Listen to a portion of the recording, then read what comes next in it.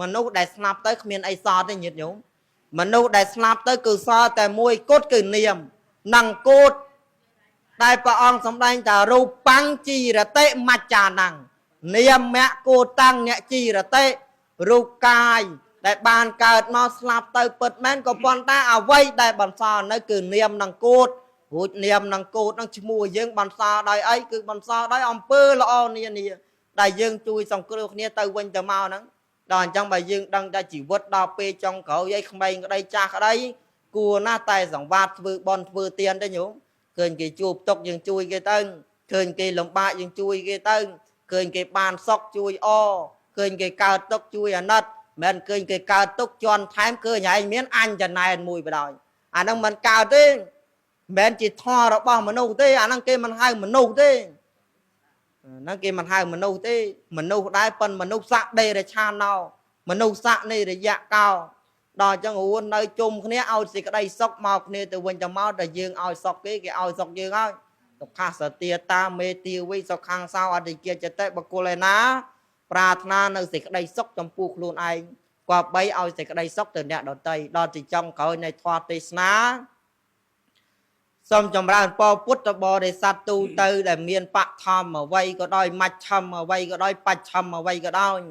បើកំពុងតែវិវក់ជាមួយអបាយមុខលបែងស្រីស្រាអីសពគ្រប់នឹងយើងគួរតែផ្ដាច់វាដឹង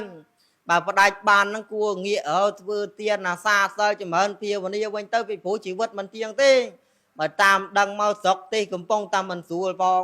មានសង្គ្រាមមានការប៉ះពាល់ទង្គិចរវាងប្រទេសជិតខាងផងអ្នកកងទ័ពអីគេជួយវាយជួយស្កាត់ដើម្បីកុំឲ្យគេយកភូមិយកប្រទេសយើងទៅផងដូច្នេះគេកំពុងតែបបាក់គ្រប់គ្នាយើងមិនគួរណាមកសបាយរីករាយអវំលេងក្អាក់ក្អាយទេព្រោះយើងមនុស្សមិនមែនសត្វរៃទេ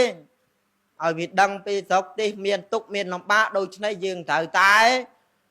ប្រព្រឹត្តធ្វើម៉េចឲ្យវាជាសេចក្តីទុកសេចក្តីសុខរួមគ្នាធ្វើម៉េចឲ្យវាប្រព្រឹត្តទៅជាសេចក្តីសុខតែម្យ៉ាងគឺអាស្រ័យទៅលើការសាមគ្គីទៅ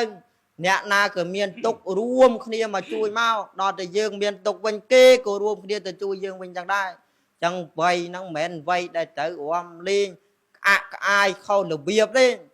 បើកាលចូលឆ្នាំខ្មែរអីអាហ្នឹងវាសមហើយពីព្រោះវាជាទំនៀមមកហើយប៉ុន្តែជួនកាលគេកំពុងតែពិបាកស្រុកទេមិនសូវស្រួលយើងផឹកសុបាយ